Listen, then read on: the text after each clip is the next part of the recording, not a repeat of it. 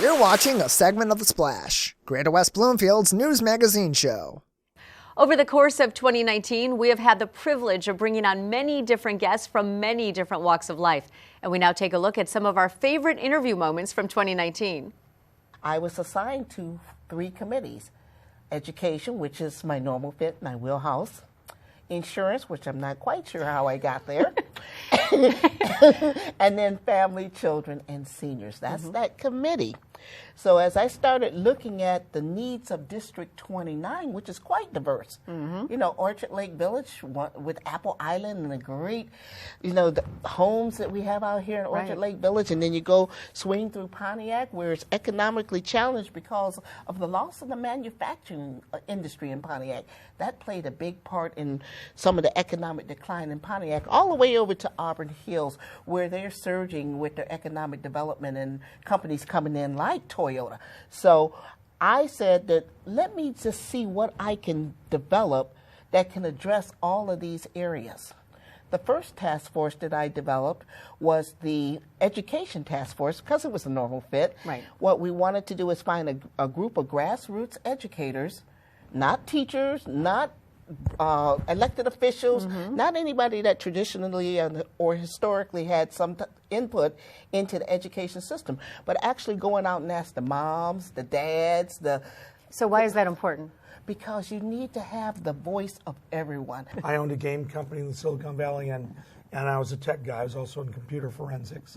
And so I was afraid it would be a bit cheesy, possibly, because there's a wide variety of Elvises. We all have our own way. Right. You got the really amazing ones and the mediocre, and then some interesting, I'll just say.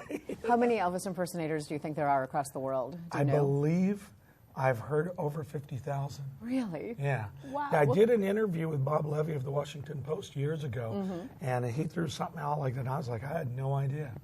Yeah. So that's pretty amazing. So you are one of 50,000. Yeah, it could even be more now. I have no idea, yeah. Right. So how do you feel when you go out there on stage and... I just have fun. It's very natural.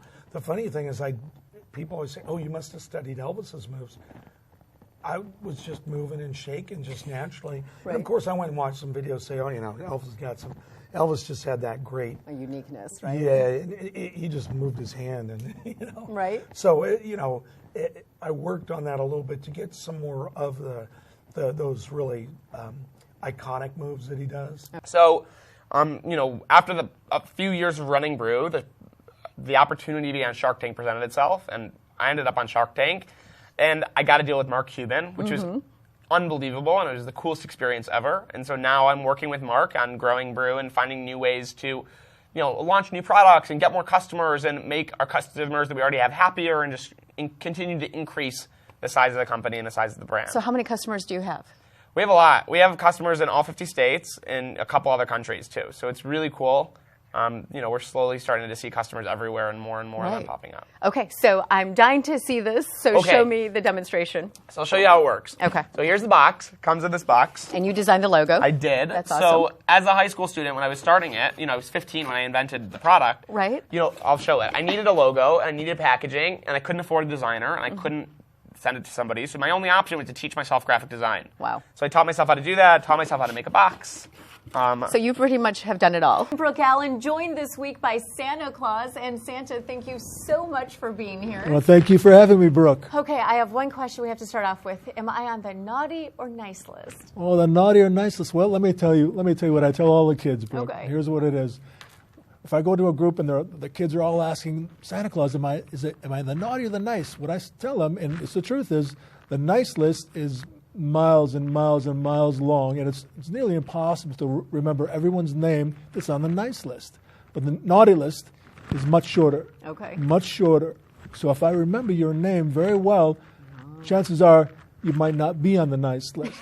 So if I don't remember, you might be better off. Excellent news. I'm glad to hear that. Okay, so I know you're very busy, and I know that everyone is trying to figure out the cookies they're going to make you to leave this year, so you have to tell us, what's your favorite cookie?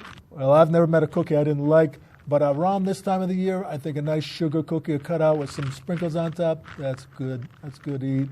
And Okay. a nice cold glass of milk. Oh, there he is. Hi. an African ball python. And are they friendly? What do you need to know if you want a python? Well, pythons, like Vincent, can grow fairly decent size. Okay.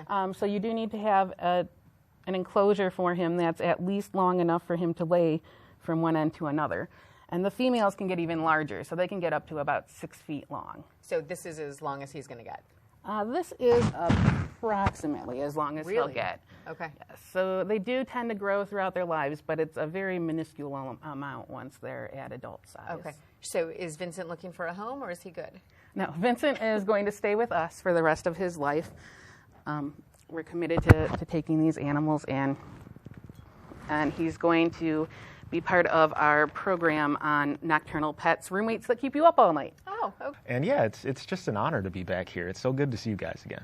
So tell me how it was for you to be the creator of the Splash. Oh, wow. Well, when we first started, it was a little daunting. I mean, to do this whole show by ourselves was kind of something we had never really done before. But as time went on, we started to develop our own style, our voice, and having these great guests every week, and just the support from the community here in West Bloomfield too. People loved the show, and they watched and tuned in, and we really appreciated that. So you and Dave Alberry kind of created it together, and then you kind of took it on as producer and just kind of ran with it. Oh yeah, most definitely. So all the elements. Obviously we've got our 3 main stories. I'm sure we're still doing that. Our reporters, obviously, who help out with the show. Sidewalk Talk, one of our more popular segments. I know people love going out on the street and getting their opinions on whatever topic it is that day. And of course, our Person of the Week. I love that segment of our show. Always finding somebody different in the community, somebody unique, and just giving them a little bit of a spotlight, And that's important because it lifts up the community, I think. It really does. It really does. Here in the greater West Bloomfield area, you got Kego Harbor, Orchard Lake, Sylvan, and of course West Bloomfield, all of us together, and we make one really great community.